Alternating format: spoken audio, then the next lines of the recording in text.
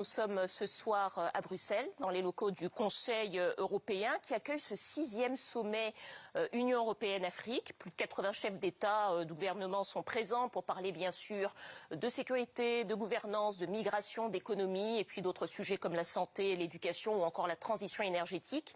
Et l'objectif affiché par Bruxelles, eh bien, c'est de rénover la relation entre les deux continents. Et parmi les délégations présentes à Bruxelles, eh bien, il y a celle de la République démocratique du Congo, dont le pays assurait la présidence tournante de l'Union africaine il y a encore quelques semaines. Et ce soir, notre invité est le vice-premier ministre, ministre des Affaires étrangères de la RDC, Christophe Lutundula. Bonsoir. Bonsoir. Soyez le bienvenu dans le 64 minutes de TV5 Monde. Alors, vous êtes venu avec le Premier ministre, le ministre des Finances, du Budget, plusieurs experts. C'est une délégation importante qui est ici pour la RDC. Qu'est-ce que vous attendez de ce sommet? Bon, écoutez, nos attentes sont les mêmes que celles de tous les Africains. C'est la relance et surtout la rénovation de notre partenariat avec l'Union européenne. En effet, ces derniers temps, il faut dire que ça n'a plus été comme avant. De toutes les façons, les Africains ressentent très peu la présence des Européens face aux problèmes de développement, aux problèmes existentiels auxquels ils sont confrontés, qu'il s'agisse de la sécurité, des infrastructures, du terrorisme, de la transition énergétique et de l'ensemble des questions liées au changement climatique.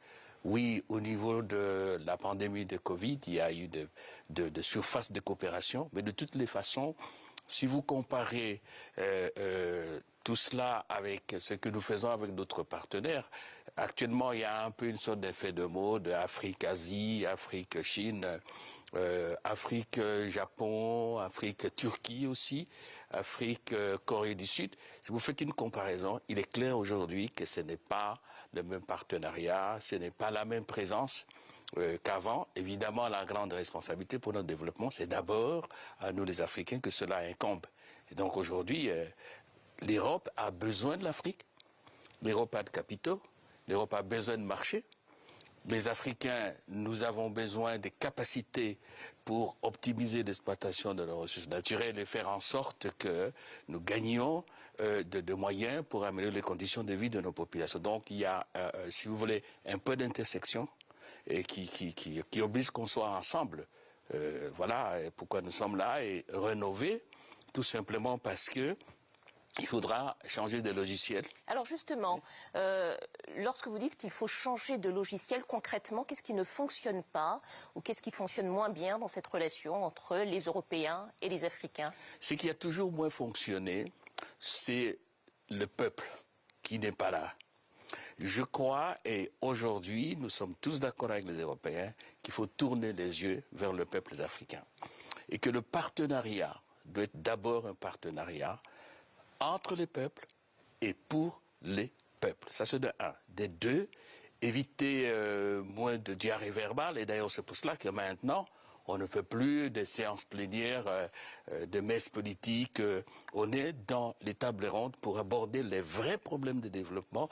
Et ces problèmes-là, c'est nous les Africains qui devons le définir et qui devons le poser. Comme eux aussi nous posent le problème des espaces commerciaux.